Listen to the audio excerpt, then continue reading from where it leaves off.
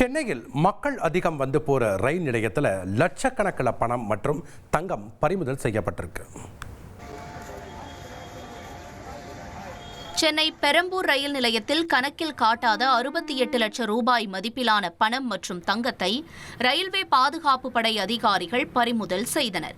பெங்களூருவிலிருந்து வந்த ரயிலில் இறங்கிய வசந்த்குமார் என்பவரிடம் சோதனை செய்தபோது 1.19 லட்சம் ரூபாய் ரொக்கமும் சுமார் 450 கிராம் தங்கக்கட்டிகள் நகைகள் இருந்தது கண்டுபிடிக்கப்பட்டது.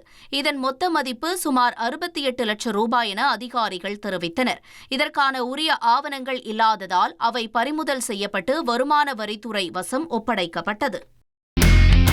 இனி செல்லும் இடமெல்லாம் செய்தி. தந்தி டிவியின் வாட்ஸ்அப் சேனலை ஃபாலோ பண்ணினா செல்ல இருக்கும் இடமெல்லாம் செய்தி. இதோ QR கோட் இப்பவே ஸ்கேன் பண்ணுங்க, ஃபாலோ பண்ணுங்க.